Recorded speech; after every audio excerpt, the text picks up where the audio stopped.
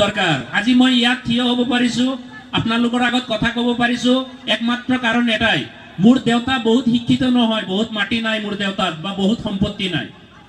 এটা সাধাৰণ ঘৰৰ পৰা আমি ওলাই আহিছো আমাক পঢ়া শুনা কৰাইছিল বিদ্যালয়লৈ গৈছিলো পঢ়া শুনা কৰিছিলো কাৰণে আগবাঢ়িব পাৰিছো কিন্তু মোৰ দেউতাৰ কথা যদি মই কওঁ তেখেত এনেকুৱা ষ্ট্ৰিক্ট মানুহ আছিলে ৰাতিপুৱা ফজৰৰ নামাজৰ পিছত কিন্তু আমাক বিছনাত শুই থাকিব নিদিছিল ৰাতিপুৱা ফজৰৰ নামাজৰ পিছত আমাক শুই থাকিব নিদিছিল তেখেতে আমাৰ লগত বহিছিলে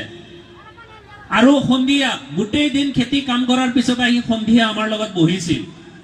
ইংৰাজী পঢ়া গণিত পঢ়া বিজ্ঞান পঢ়া আৰু তেওঁ মাজে মাজে সুধিছিলে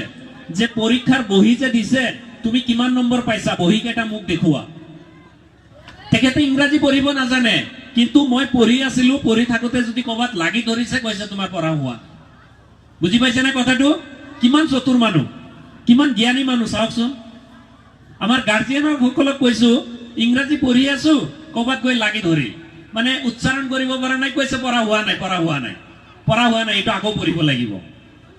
সো আপোনালোকে পাৰিব আপোনালোকে নিজৰ ল'ৰা ছোৱালীৰ লগত বহিব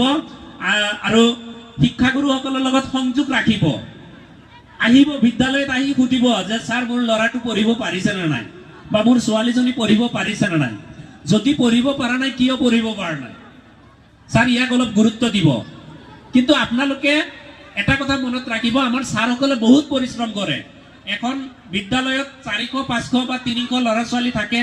তাৰে এটা ক্লাছত 60 70 80 জনকে ল'ৰা ছোৱালী থাকে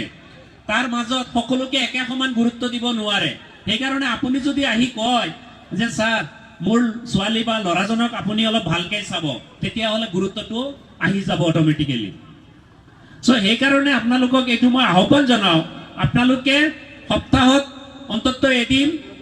মাহেকত অন্তত 4-5 দিন আপোনালোকে বিদ্যালয়ত আহিব ল'ৰা ছোৱালীৰ পঢ়া শুনাৰ খবৰ ল'ব লগতে মই আৰু এটা কথা আপোনালোকক জনাব বিচাৰো যে আজিৰ দিনত টেকনলজি অৰ্থাৎ মোবাইল ফোন কম্পিউটাৰ এইবিলাকে আমাক গ্ৰাস কৰি লৈছে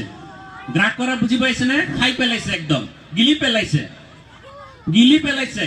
গান বাজনা ফুৰ্তি নৃত্য গীত এইবিলাকত আমি মগ্ন হৈ গৈছো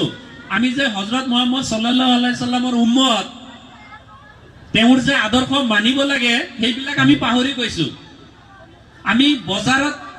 বজাৰ হাটে ঘাটে আমি মগ্ন হৈ গৈছো ৰাজনীতিৰ পথাৰত